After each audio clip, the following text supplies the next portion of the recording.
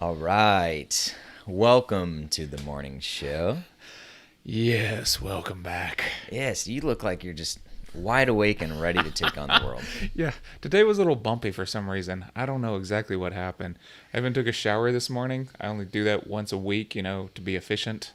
Yeah, makes And sense. yeah, it didn't even wake me up. Yeah? Yeah. Oh, well, you should have taken an ice bath instead. I should have, right?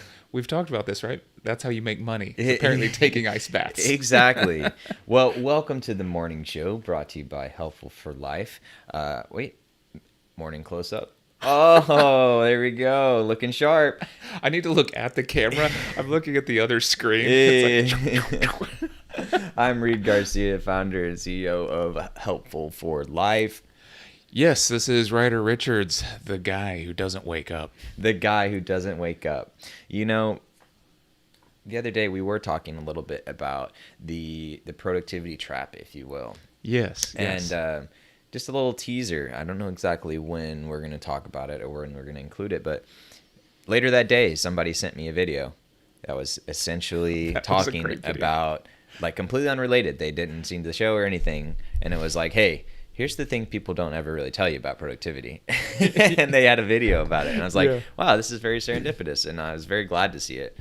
So I'll send that to you so you can watch it, and we'll talk about it on a later episode. Yeah, and then Reed did send me a nice one that was it was basically like every bro that has a podcast. Yeah. That was a fun video. We should link to that in notes too, Yeah. because almost all of them at some point they're making fun of, like, I take cold showers. I don't know why, but millionaires do it, or Elon Musk does it, so I do it too. Yeah. And Yeah, it's pretty That was a great. pretty good one. Well, so today we're going to be talking about stories, and we're going to talk about that through a couple of different lenses. But the reason we're going to talk about stories is because yesterday we had on a guest, Known Wells of the Feely Human Collective, and he has a podcast called You, Me, Empathy. And we're going to talk a little bit about that yesterday because I had a little fun story yesterday after listening to part of one of his episodes. And so we're going to talk about that in a little bit. But one of the main reasons I like to talk about stories is because of one of the books that I read within the last few years. It's probably been, I don't know, for 5 years now, something like that. I'm not sure exactly, but it's called Crucial Conversations. Have you heard of that book before? I've heard of it and heard of it in glowing terms. Have not picked it up. Okay. Yeah. So Crucial Conversations is a book that, for me, the main takeaway I got out of it is all day, every day, we're writing stories in our head. And the context of that book is largely about the stories we're writing about other people, the situations, and things like that. And it was pointing out that, hey, by the way, a lot of times those stories are wrong. So wait, what? Yeah, I know, right? No, you mean you and me could be wrong about something? No, that's not possible. Yeah, don't This read the book book. isn't for yeah, me. don't. Yeah. But yeah, so it talks about how, again, yesterday we were referencing how we're kind of like computers. We have these inputs, and it's up to us to decide what kind of output we give, right? So similarly, Crucial Conversation talks about, all out throughout your day, you're taking in all these inputs about what people are doing, what people are saying, what people are acting, and what they're doing with their actions. And then you get to decide what that means. You get to interpret that meaning. Yeah. So there's several processes happening there. And of course, I'm sure we're doing most of them without thinking about it one bit. Yeah. They're just coming in and ideas show up and we just run with them. So yeah, this ought to be kind of fun to jump into that. So yeah, I guess the stories we're talking about are like not our favorite comic book stories. No, not that type of stories, but who knows? We've got the broad theme of stories. We'll see where the conversation goes. Right. I will say to the lovely audience back at home, today, Ryder and I took a big step We did. We took a huge step. in our friendship. Yeah. Reed texted me this morning while he was on the toilet. Yes, that was the step I was intending. But also, we actually did a couple outline points here. Oh, yes. Not on So the toilet. We did that afterwards. well, I joined Reed. And, yeah. No, yeah, we actually like mapped out some stuff to talk about today, and Reed had come up with a sort of a good format for us to follow. So we're gonna try to stick to it today. We'll see. Yeah, we'll see. No promises. But I think one of the first things we wanted to do on there was go through sort of a recap of yesterday's challenge. Ah, yes. Good save. Yeah, and that's if I remember correctly, there were two of them yesterday, and one of them was about turning off your phone notifications, and the other was actually talking to somebody that you don't normally talk to maybe see what their story is, to see what's really authentically going on with them. Yes, and again, if you were not with us yesterday, please go check that out. But let us know in the chat. Even if you're not here live, let us know about how that went, and we can see if we get some kind of conversation going, or at the very least, hey, check in. We did it, and we'd love to hear about it. Yeah. So, Reed, did you get around to? I know you had a pretty busy day, but did you get around to doing that? Yeah, so with the notifications thing, fortunately for me, that is one that I had done kind of a while ago. I had gone through and I got rid of all of my notifications basically, except for the most basic ones, and which for me, that's my text messages, and then my emails. I have come only the ones. I use Gmail, so it separates your email into primary and then like all the shopping things that you don't want to necessarily look at all the time, and updates. It separates a couple things, but the primary are just like, hey, these are the important ones. Mm-hmm. So those I let come through. And other than that, it's like my health insurance app telling me when I have a doctor's appointment, and that's pretty much it. Maybe one other thing. And so my notifications on a whole are relatively low. But then on top of that, all day pretty much I have my phone in do not disturb. And within the new operating system on iPhones, they actually released a new thing called I'm gonna forget what the name is, but it's a blanket term that talks about different types of focus. That's what it's called. Oh, right. So there's different focuses that you might have. So there's one for sleep, there's one for work, there's one for driving, and then maybe one other. And you can set different notification preferences, and you can decide to let, while I'm on the toilet, I'll make sure that Ryder can still text me. This is primo texting time. Yes. We were talking about the habit stack yesterday or the day before. Yeah, that's a great habit stack. While you're sitting on the toilet, don't waste your time. Exactly. Send text message to your friends and family.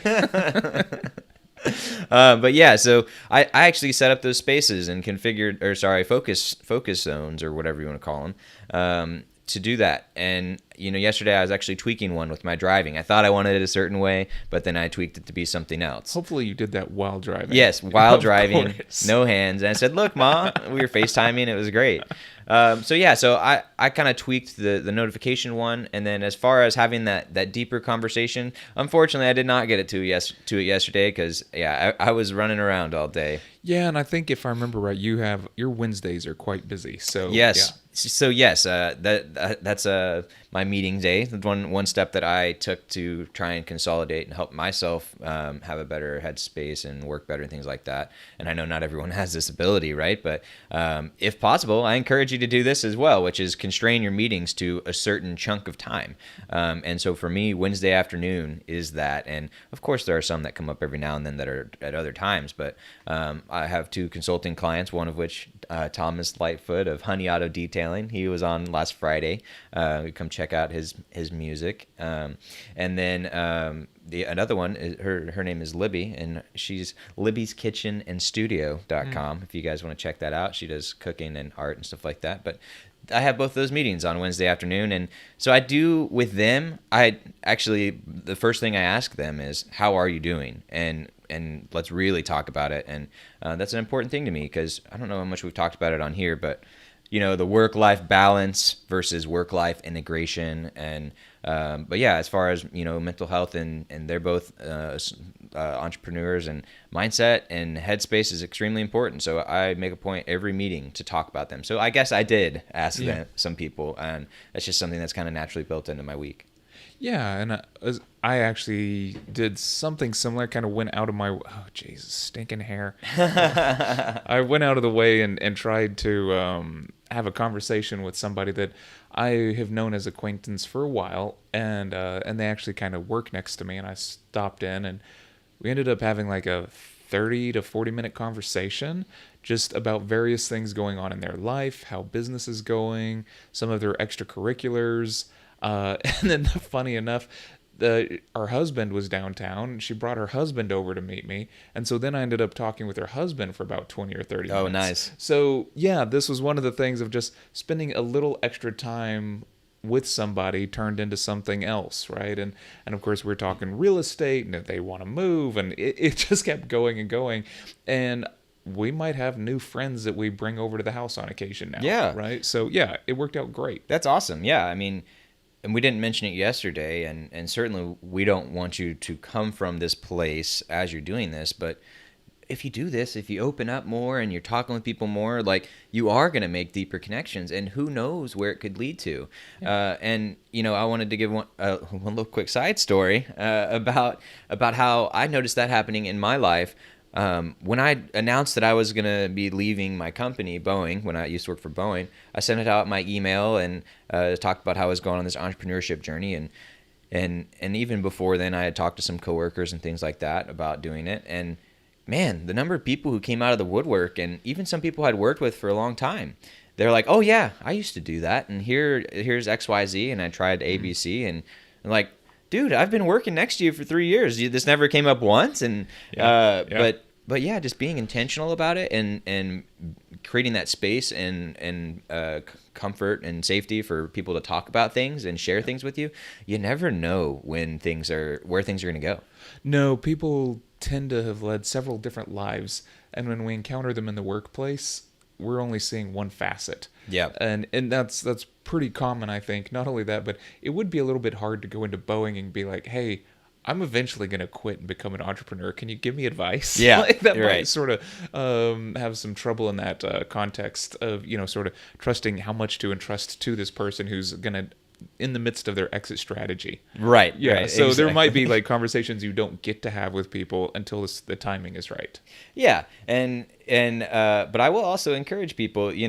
I think not everyone necessarily, but a lot of people, probably the vast majority of people, their default is to kind of shell up and not share that much about their next journey and what they're going to do. And I can't tell you the number of, whether it be exit emails or just kind of vague things about, "Oh, I'm going to go work for another company," or my favorite is when people talk about in the past, like, "Yes, I worked for a Fortune 500 firm." I'm like, bro, this is 2021. I can go on your LinkedIn and see who you work for. Well, isn't McDonald's Yeah, Fortune yeah. 500? Details. I know. Details. But yeah, so let's get back to the stories that we were talking about today. So we talked a little bit about what. Oh, before I do that, I can't not, because it popped in my head. There's a TED Talk that I'm going to link to after the post. We'll put it in the YouTube description. There's a TED Talk where a lady is talking about how you will be so surprised by, if you put things out there and you set intentions and you ask people. Mm-hmm. You will be surprised what types of things could happen and who will come out of the woodwork to help you and all those types of things, right? And it's a really cool TED Talk, and it's there's an audience, and then she says, "Okay, so who in the audience has something that they're wanting to do or trying to do or whatever?" And someone stands up or whatever, and they're like, "I want to dance with Patrick Swayze." And they're like, "Okay, all right. Well, who in the audience? Is there anyone in the audience who can help with that?" And then someone stands up. It's like, "Hey, I work at this spa. Patrick Swayze comes in once a year for like a week, and he's a super nice guy, and I think we could maybe make that happen." and it's just like, okay, that's. Yeah. I mean, it seems like a far out there type of thing. And then they go on to do a couple other examples, but the point being, like, just put it out there, ask, and tell more people about it, and you never know. Same kind of thing happens in the entrepreneur world. Like, "Oh, I have this idea. I don't want to share it because someone else is going to go do it." Yeah. But no, it's quite the opposite.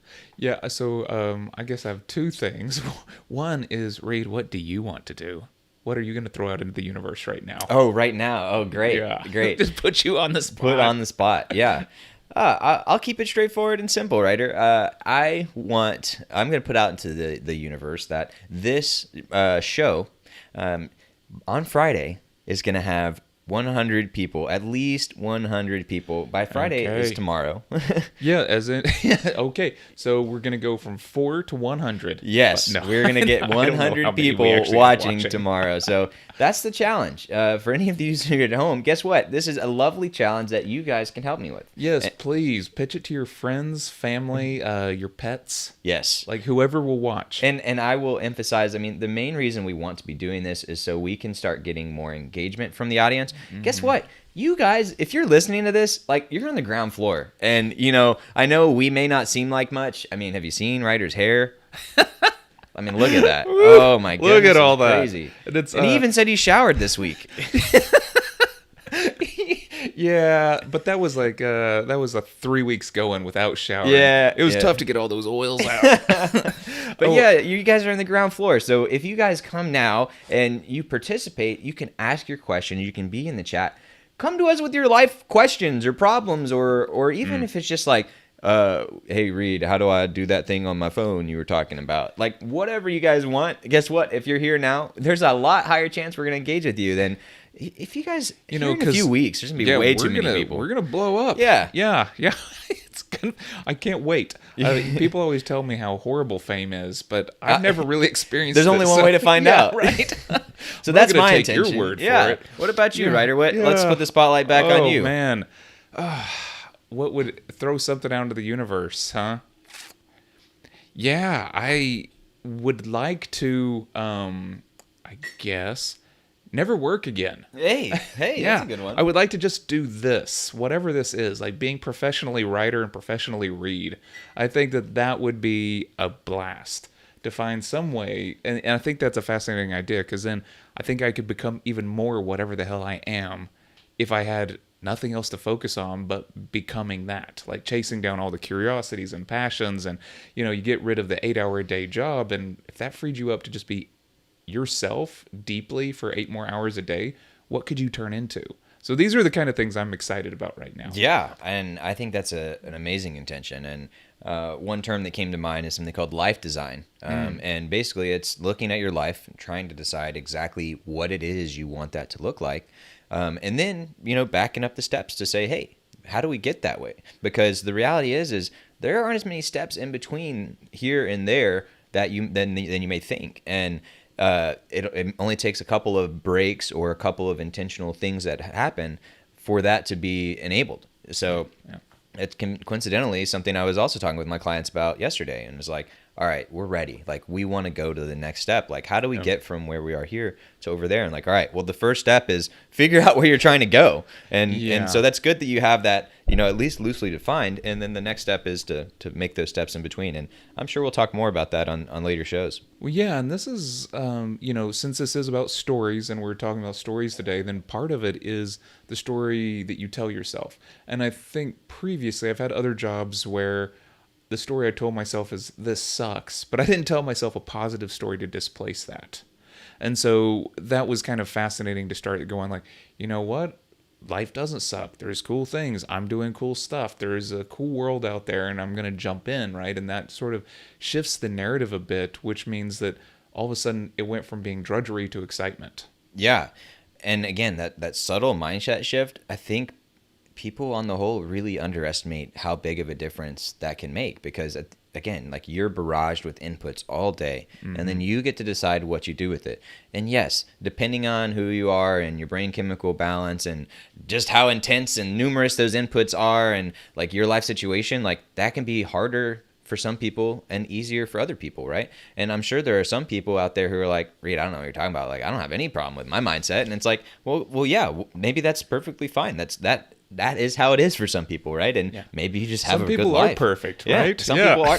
Ryder, sometimes I feel like we're just looking into a mirror. I know, it's so amazing. Yeah. Deep into the soul. Yeah, this is the worst part for our viewers when you and I probably just go off on how amazing we Yes. are. So if you want us to do less of this, make sure to help us make true in our intention. Do we have a message? Oh, look, we have a comment. Thank you for interrupting us, Oh, Kenny. perfect. Kenny says from 3 to 100. What a transition to the exact same thing I was going to say. If you want us to talk less about ourselves, please join us in the chat. Come tomorrow, be that 100, and make it happen. And a little teaser for tomorrow. If you're like, oh my gosh, why would I want to come tomorrow? What more of this? Well, tomorrow we will be having music again. So we will have another cool experience with that.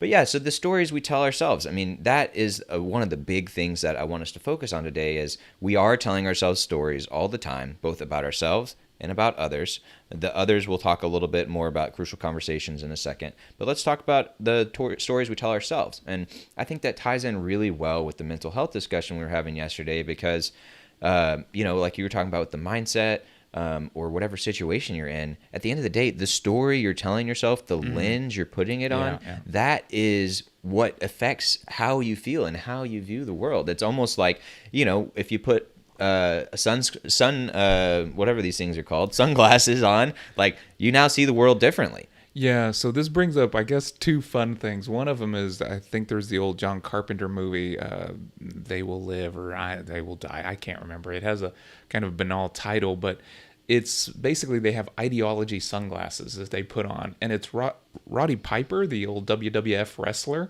is one of the main characters in it. And there's this insane 10-minute long fight scene in the middle of it where him and another guy are just throwing each other into dumpsters. Nice. But it has Barbara Kruger style, and she's an artist who does text-based graphics. And so every time you put these glasses on, the old advertisement will turn around and say something like obey, right? Or something like this. So all of a sudden you see through, all the words change their context and their meaning. So you go from a black and white world to a color world, or I think maybe that's reversed. But every time you put the glasses on, you can all of a sudden see clear. And this has been a constant sort of trope that has been in the world since the mid-1700s, I think. Immanuel Kant, the philosopher, actually talked about, it wasn't rose-tinted glasses, but I think he called them green glasses. That they were green-tinted glasses because the way that we take anything into the world is through perception, and those perceptions are filters.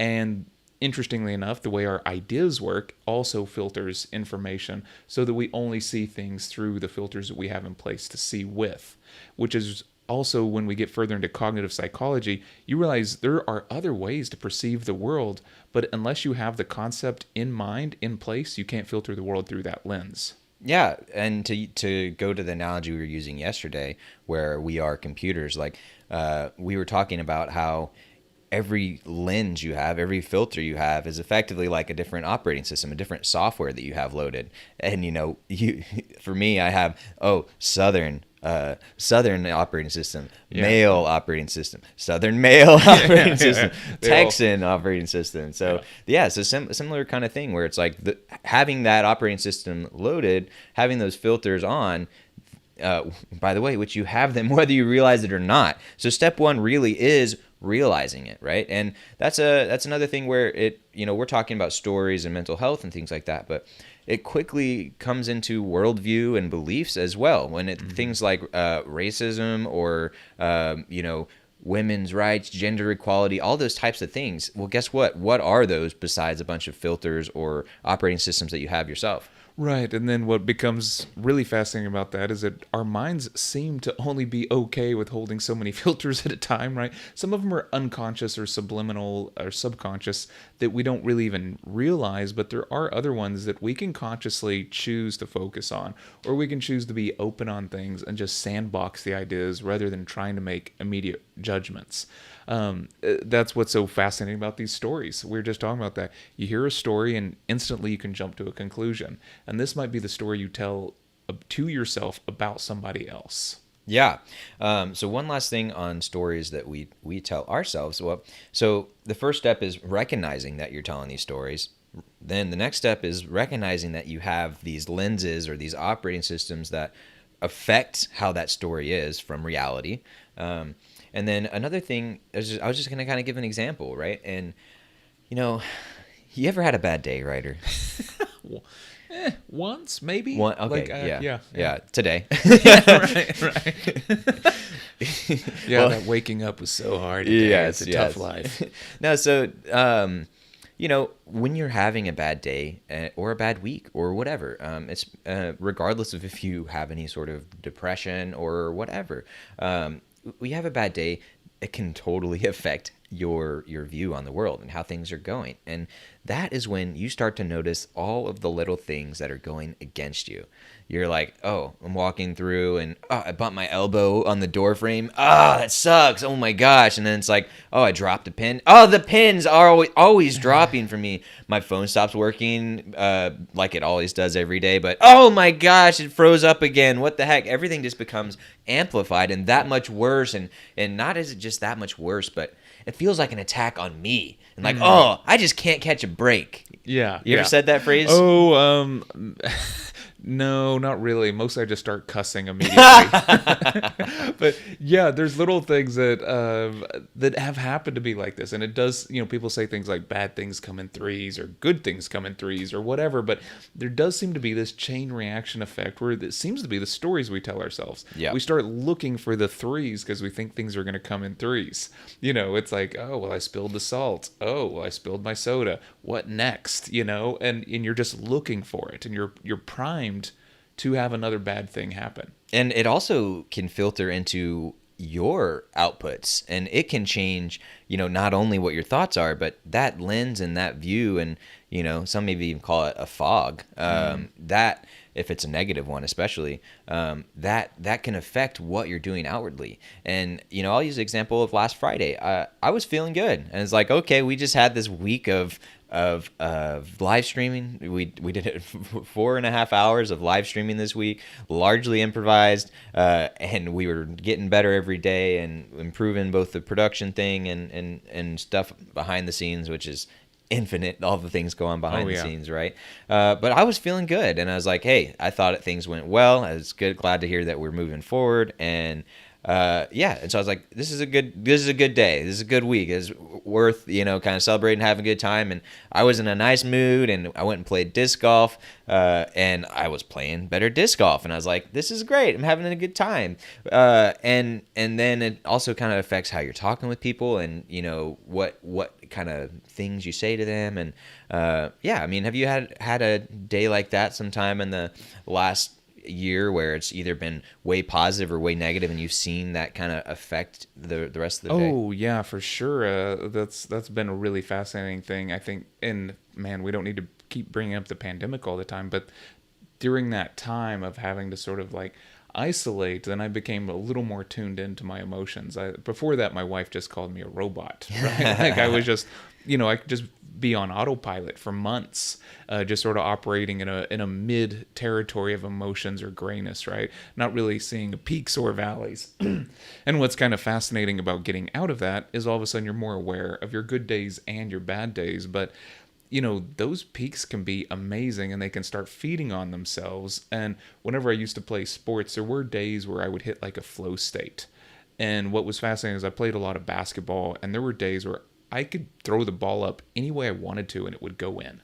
Like half court, whatever, it didn't matter. There were just days where everything aligns and it's perfect and it's amazing. And then after you've had that peak experience, it's really hard to go back out the next day and suck. Yeah, it really is. And, you mentioned this flow state. Another phrase that is related to that is something called deep work. And basically, it's when you get into the zone is another way some people say it. Like you just get into the zone and everything starts clicking. And whether that's something like a sport or a video game or work, it's like, oh, I'm really in this thing. I'm working on this problem. I got this thing. And the next thing you look up and you're like, wow, time just flew and I just got so much done and things like that. Personally, that work thing is one that sometimes it's really hard to come by, right? The video game one, a little easier. Yeah. Video games, that's something else that's kind of fascinating we could talk about at some point. Let's do a whole episode on that rather than me going off on the tangent now. Yes, that's probably wise. That's probably wise. So when we're talking about things like crucial conversations, just to kind of come back to our workflow here, What do you remember who wrote the book? What's the sort of premise of it? Because I mean, the title seems to give some of it away. Sure, But yeah. sure. I don't remember the author, so if any of our lovely viewers happen to be on their computer or device and you want to look that up and share in a comment the author, that would be helpful. If not, no worries, we'll add it afterwards. Yeah. But the Crucial Conversations, if you Google it or put it in Amazon, it'll be the first one that comes up. But the first step is recognizing the stories, right? And then the next step is changing the story and also changing your view. And then the last step is having that conversation. And you'll forgive me that these are the steps that I'm interpreting myself, and kind of these are my takeaways. These are not like he lined these out. Step 1, 2, 3, right? Yeah. So with that being said, let's just use an example. Let's use a work example, right? Let's pretend. Well, here I'll let you volunteer an example. Is there a time at work where maybe now in hindsight you recognize that the story you were telling about someone, maybe as a boss or a coworker, wasn't exactly lined up, and that led to some friction or something like that? Oh yeah, for sure. There have been several occasions where, from my point of view, I was very correct, and turns Just out several. I mean, pretty much every time. Every time an idea pops in my mind, it is correct. Yeah, I mean, there have been times where I have been unfair to somebody because I was not seeing the world through their point of view, their lens. And the fascinating thing is, in this, when I was teaching college, this was fairly frequent because I think there's something about being a professor that, I don't know, your ego just inflates, or at least mine did. And so on occasion, I could, I think, just be a real jerk without it, or, just making assumptions about the way things should work because I thought that would be best for me and for my students, without really paying attention to things like the way the entire college has to work in order to fund my ego. Right. Which is crazy. But the colleges, I worked at one college that was just fantastic about making sure I had anything I wanted. And when I look back on that now, I could request something.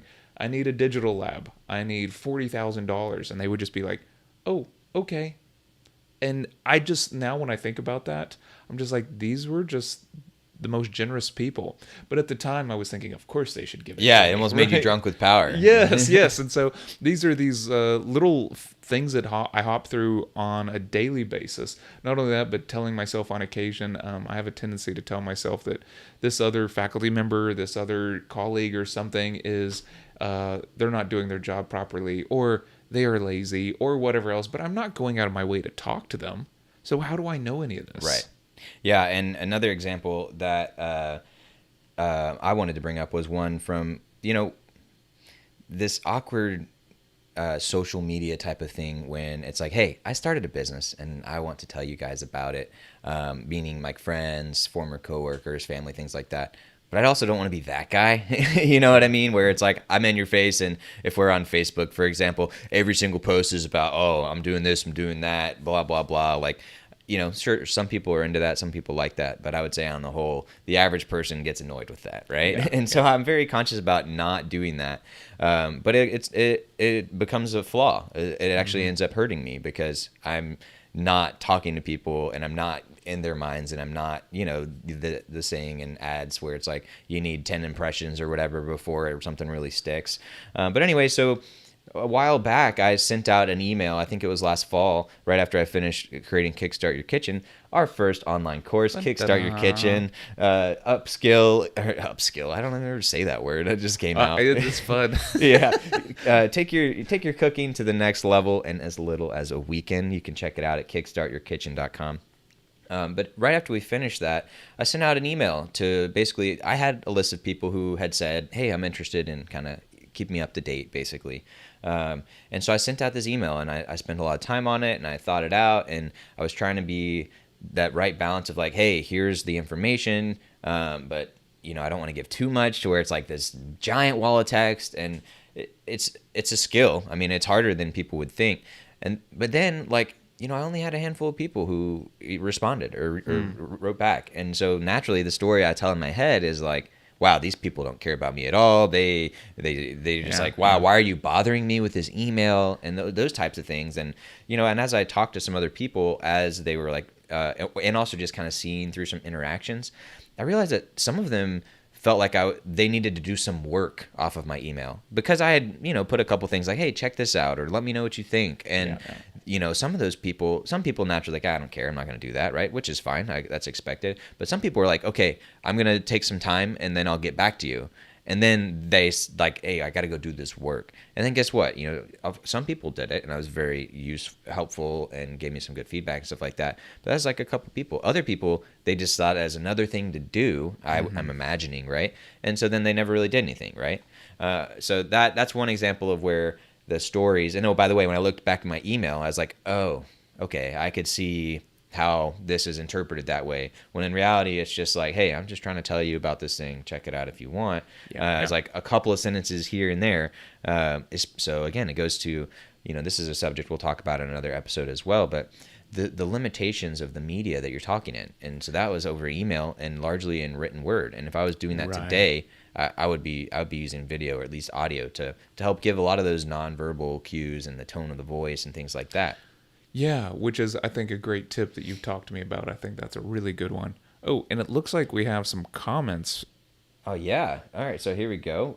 Thanks to Libby. We've got Crucial Conversations, which has 4 authors, actually. Ooh. Oh, nope, that's not how that works. Let's try that again. Or maybe not. Let's try this one. All right, Crucial Conversations by Patterson... Jenny Mill. Oh, that's a long one. So there it is on the screen. I'll let you guys look it up. Thanks to Danielle and Libby. There are 4 authors: Carrie Patterson, Joseph Grinney, Ron McMillan, and Al Switzler. So yeah, thank you guys. Thank you ladies very much for sharing that. So that is a couple of examples from Writer and myself. And of course, if any of you guys in the chat have stories that you've realized that you've been telling wrong that you later on found out, feel free to share, whether you're live or after the fact. Yeah, and I'll do a real quick kind of thing too that I talked about a little bit with Known yesterday, but I ended up having a conversation with somebody that I was a little bit vulnerable in. And that conversation led to further conversations that I think solidified a friendship that was more along the acquaintance level until that point.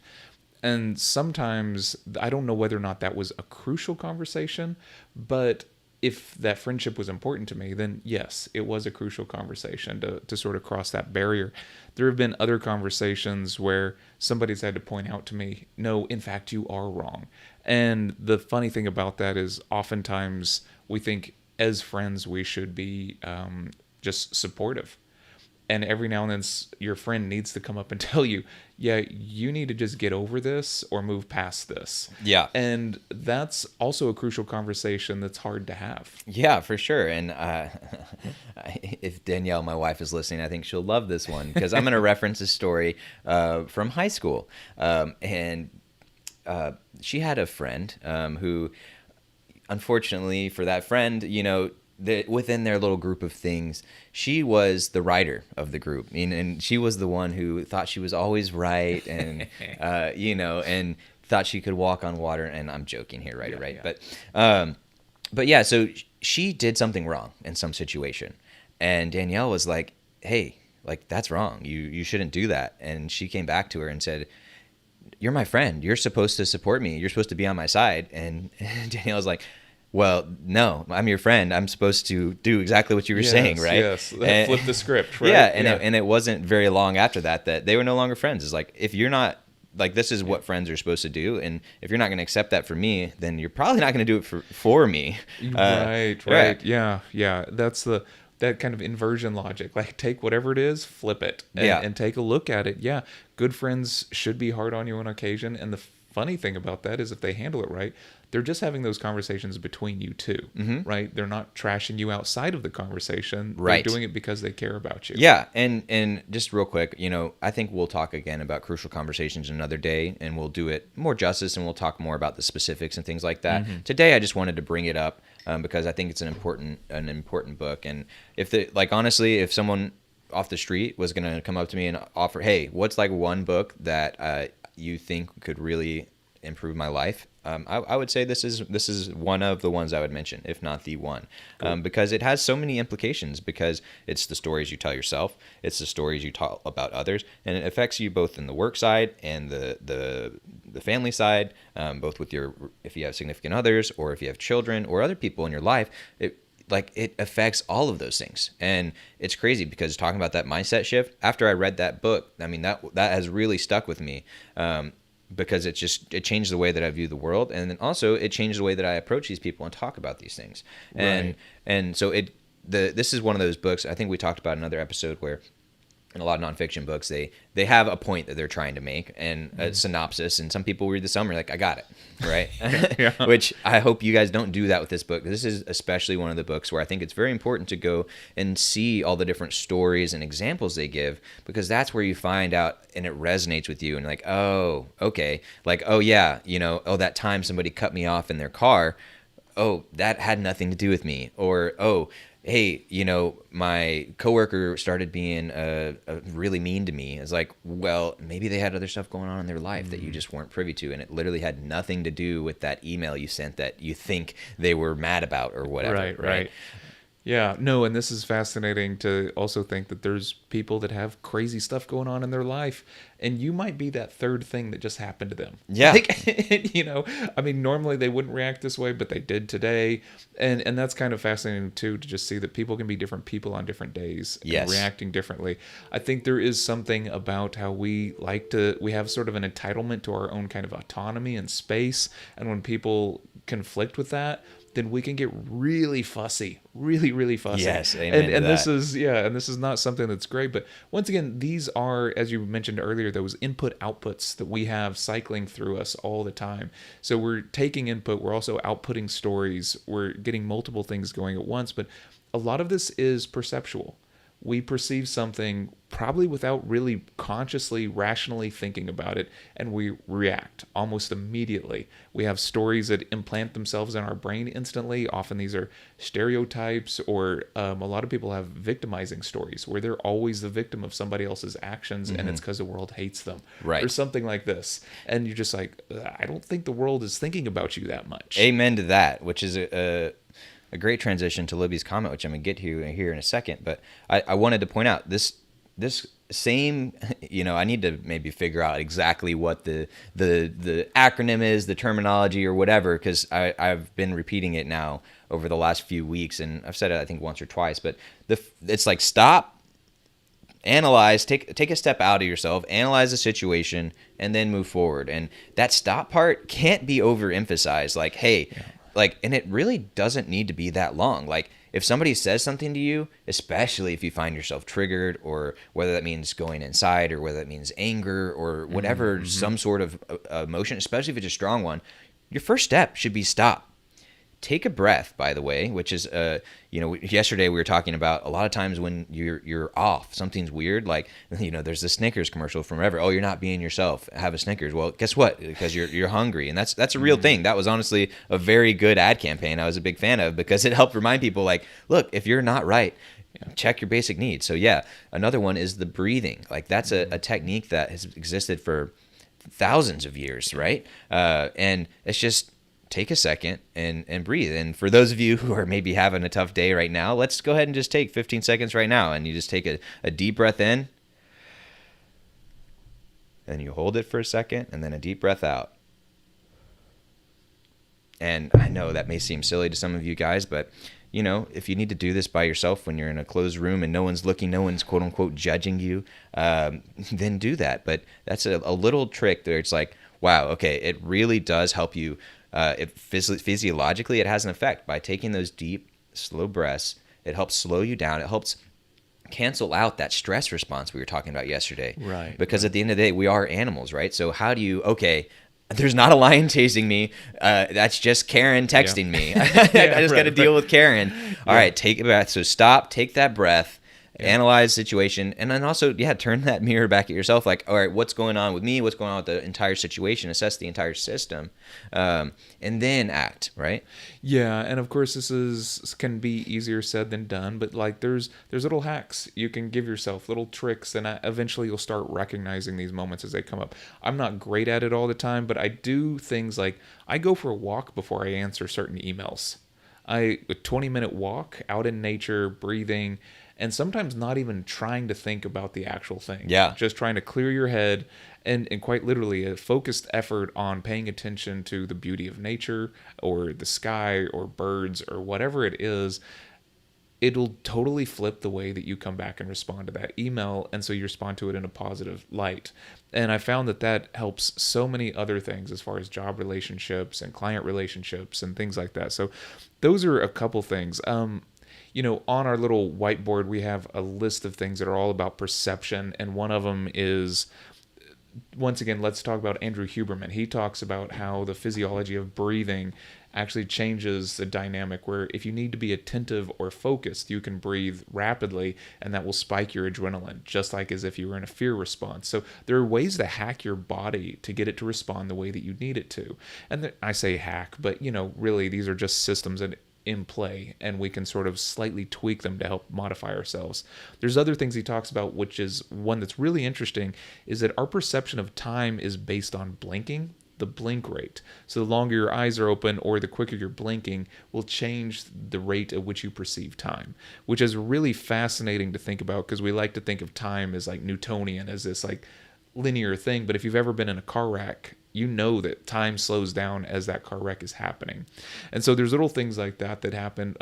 Reed has mentioned that there's different animals and insects and things like that that perceive time differently. And of course, some of them only live for one day, so they darn well better perceive time differently because that sucks otherwise. Yeah, there's some interesting videos.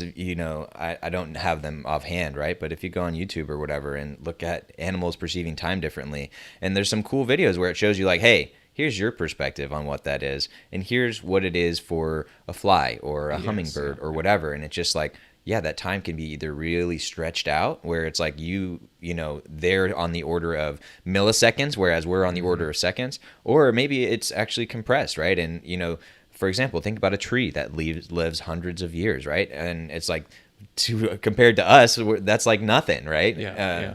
And these are just, human conceits, right? That we think everything operates on our time scale. But of course, geology doesn't. It operates on thousands or multi-million year time scales. And these are things that we really can't perceive. I mean, it would be fascinating if the mountains were having conversations right now, but we're just not capable of understanding. Well, that's why we put faces on those mountains, right? Yeah, right. That's what you do. It's like, it's happy. Yeah, no, it's yeah, so real quick, I wanted to highlight a couple of things that Libby's saying in the chat because she was talking about one of the things that she had a revelation of, and I'm not going to put it on the screen because I need to figure out how to make it look a little nicer. But she was talking about, for her, one of the big revelations was that people are not judging her or concerned with what she's doing as much as she thought. They're wrapped up in their own world. And for her, she said that was a really freeing realization and a story that she rewrote for herself. And I think that is a very important thing to realize. And you alluded to it a little bit earlier, but guess what? People are all thinking about themselves. They're not thinking about you. Or at the very least, they're not thinking about you as much as you think you are. No, it's not until you cut them off that they start thinking about you. Exactly. No, but there's been studies on this, and I don't have them handy, so take them with a grain of salt what I'm saying. But the type of thing where it's like, an easy example is what I'm wearing. People care about what I wear. Yeah. And they had these experiments where people would go into a party or whatever, and they would wear something like outlandish or whatever, and then they would survey the people and be like, I don't know, or really, really small percentage of people actually noticed. Go ahead. Oh, you've seen the little clip where they say count the number of times the ball is being passed, and while you're counting this ball being passed back and forth between kids, like a guy in a gorilla suit walks through, but you're so focused on counting that you don't see it. Yes. And this might be the thing for our lives. Most people are so wrapped up in their own narrative, narrating themselves to themselves, that they don't see anything or anyone else that's in front of them. Amen to that. Yeah, and I will point that out, that applies both on many time scales. Like that is like right now in this moment, are you present in that moment, or are you lost in your own world or your own thought or focused on your own thing?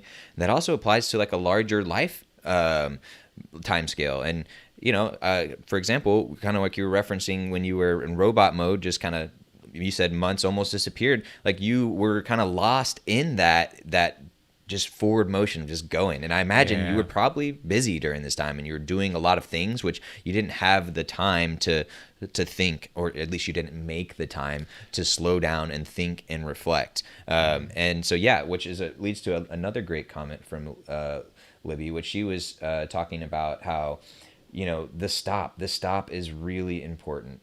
Think about what you're going to do, about what you agree to, being careful about what you agree to as well, because that's something that I'll get personal real quick. Dealing with our marriage, my Danielle and me, like it's a battle of what I want Danielle to do, what she wants me to do, largely what I want her to do. Let's be real. But then, she is, and she's also a little bit of a people pleaser, which is great, but it's also bad. And so she will agree to doing something, even though she probably shouldn't. And I've actually tried to tell her, like, hey, like, push back on me. Say no more. Kind of Right. like, I don't want to turn into Ryder and be like, hey, give me $40,000. Give me this, give me that. And because she Yeah. would say yes, and she would be really nice about it, right? Right. No, I mean, as long as you ask for a lot of money with a smile, I don't know why you shouldn't get it. Amen to that. So yeah, just making sure, like, okay, so in her case, like, hey, stop for a second. Like, is that something that I really want to sign up to? And if so, like, what am I going to do to make sure that happens? And oh, maybe I don't want to sign up for that extra thing, right? Like, yeah, I know, Reed, you want me to, do this very particular way, but no, I'm not going to agree to that, because if I agree to everything you do, I'll go through my entire day thinking like, oh, I did this wrong.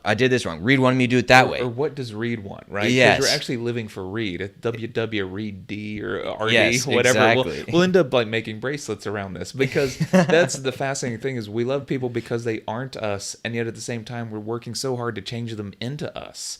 I found the contradiction in there to just be baffling, the way people attempt to control other people rather than sort of embracing them for their difference. Yes, but there is a balance, right? And Oh, of course, and yeah. I'll be completely upfront with everyone. Like, this is something that Danielle and I are going to talk in therapy about to see how we can do it a little better. Because the reality is like, she needs to change a little bit, I need to change a little bit, and we'll meet somewhere in the middle, right? Which leads to one other lovely comment from Libby. Libby, you get MVP for today. Thank you so much for your Thank you thoughts. for saving us from ourselves. Yes, exactly. She brought up another great point from Crucial Conversations, is that there is always another option, right? It's very easy to get in these frameworks and these ruts, to use one of the words that you've used in the past, where you think this is the only thing. I can only do this thing. And I would bet that you're more likely to have that mindset the more you are in that robot mode. The more you just, I gotta keep doing, because there's no other option, right? But there are always other options, and there are also unique solutions and ideas. And that's been one of my favorite things as I've learned more and more about business, is like, yeah, like if you just change the structure of this deal to where you can align the incentives, it's better for everyone involved. And there's so many people and businesses and whatnot where they just aren't doing that reframing. And it's like, yeah, for example, as a solo entrepreneur early on, we don't have very much revenue. And so we need certain things. We need certain services and stuff to make the business work. But we don't have that much money right now. But I can set it up, and we can create deals where, hey, it's going to be a little bit of money right now, but you get this big upside as things grow. And so that helps mitigate your risk. That makes it easier for you, Mr. Company, and it makes it easier for me. So now we're both winning, and it's actually potentially a better situation. You have more upside than you would have had otherwise. Right, and some of this comes back to those ruts that we're talking about. Some of those are imposed through society. It's not only that you have ruts, but society has ruts as well. And now what's fascinating is the difference between being stuck in a rut or stuck in a groove. Like when you're in a groove, sometimes you can think that this is all positive. And the rut would be the one that you can't escape from. Right. But what's fascinating is the deeper those ruts get, you never climb the wall to see over into the other ruts. You never see the other grooves that are going on outside, because you're so stuck and fixated in one place. Yeah. And Libby, back at it again with a lovely comment here. Again, not the best visual, since I still need to fix my little overlay, but she said, if you agree to too much, it's okay to let go of something, right? And so to use the example of Danielle, what we were talking about, well, I would encourage Danielle, like, hey, if you realize throughout the day, like, this is, this is too much, let's come back to me like, hey, I know I agreed to this, but I realized afterwards, like, probably shouldn't do that, which is another thing they talk about in Crucial Conversations is, you may not know all those things in that conversation in that one time. And also, by the way, maybe now isn't the best time to have that conversation. Maybe you do need to go take that walk. Maybe you do need to take, and different people have differently, right? Like, some people want to talk about it right now in the moment. And other people are like, look, that's not how I best process things. I need to go away. I need to get out of this stress-induced response. I need to have some time to process it. And then we talk about it. Another technique is having different forms of communication. Like, this may sound silly to some people, right? But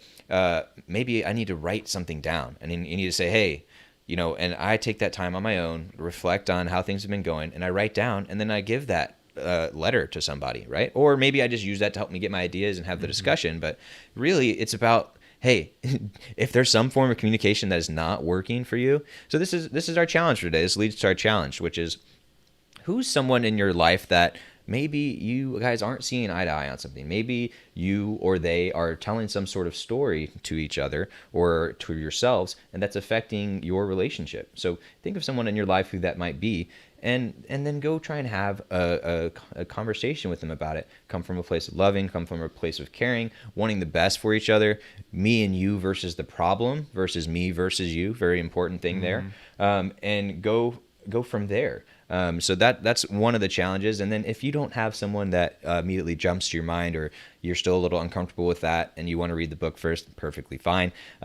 What about you? What are some stories that you have in your head? What are some ruts maybe that you're in that you are maybe could use a little bit of reframing? And I would encourage you to do some reflection yourself, but also reach out to us. Let us know. You can drop it here in the comments. You can go to our website, helpfulforlife.com, and you can hit the contact us button and send us a message. But yeah, because we want to hear from you guys, and we want to help you guys out with your problems, because guess what? If you're having that problem, somebody else is having that problem. And by you sharing and being vulnerable and helping, talking with us, and you can stay anonymous if you'd like, you are helping a lot of people who are going to be watching the show, because in case you didn't hear, we're going to have 100 people watching tomorrow. 100. And that's just the beginning, because before long, we're going to be at 7 schmillion.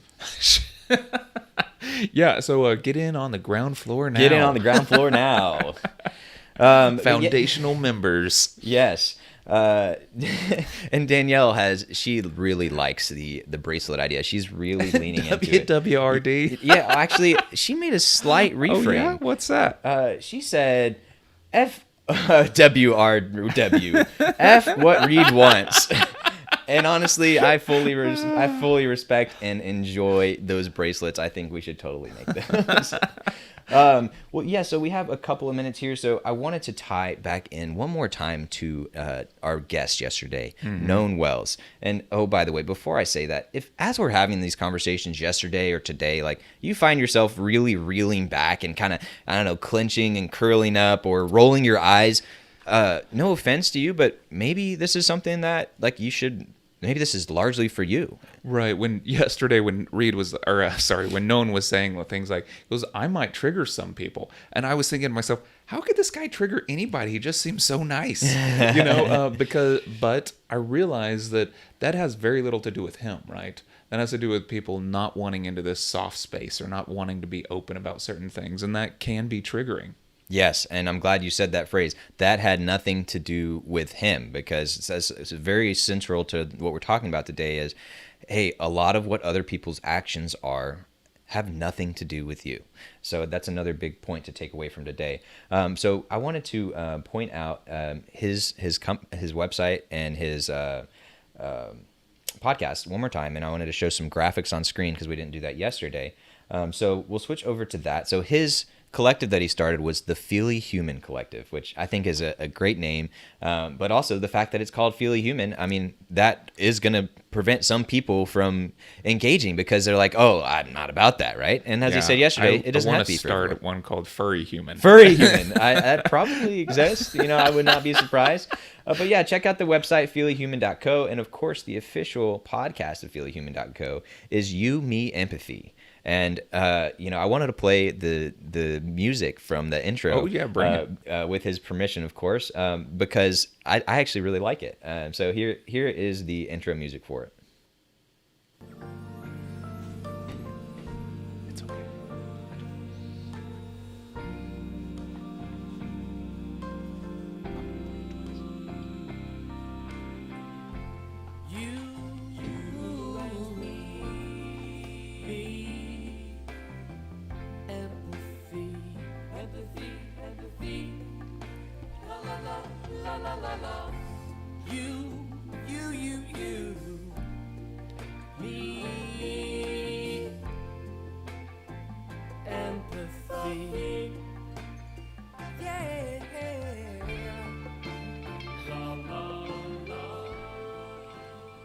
So, as you said, how could you be mad? I feel like it's a very Yeah. warm, inviting, and of course, I love the la la la la's.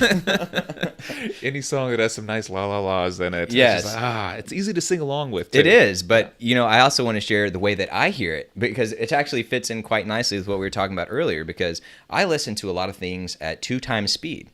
Because I need more inputs.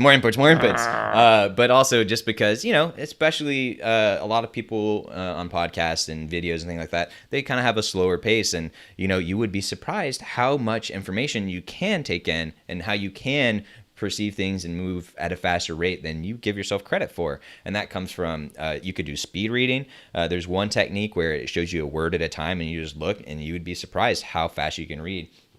And also, just say, right now, the average speed of an American is a page per minute or whatever. If you do certain techniques and you learn a skill, you can multiply that by, 3. And again, I don't know these numbers off the top of my head, but you can change how quickly you are able to do these things. But anyways, the main point was to show you the intro music as I hear it, which it gives it a completely different feel. So let's go ahead and play that, which is at 2 times speed.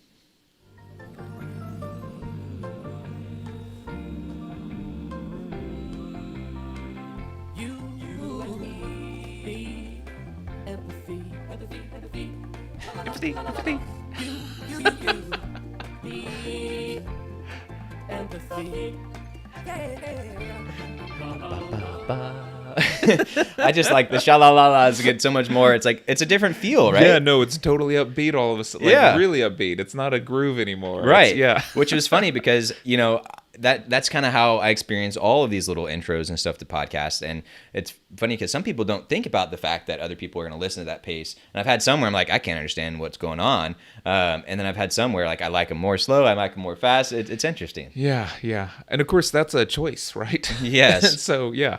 All right. So the last thing I wanted to reference one little story from a podcast episode that I listened to from You, Me, Empathy, and I know we're at time here, but we're gonna go a couple over. That was, if not his most recent episode, the second one back, and it's from Add to Cart is the guest, the people who are on the podcast Add to Cart. And the lady was talking about a story where she was in a CVS and she was in line. There were 5 people in front of her or something like that. And then some other lady walks up and she just kind of cut the line, and she went up to the counter, and there was this confusion about, is this self-checkout or are we waiting for the person or whatever. And then this girl, let's call her Susie was like, what's wrong with this girl? Did she not see there's a line? It's pretty straightforward. You can't just go up there or whatever. And then the lady who had skipped ahead, she came back and behind, and she tapped the Susie on the shoulder, and she said, I'm really sorry. I'm very hard of hearing, and ever since we've had all these masks, it's been really hard for me to hear what people say. Oh, yeah. Yeah.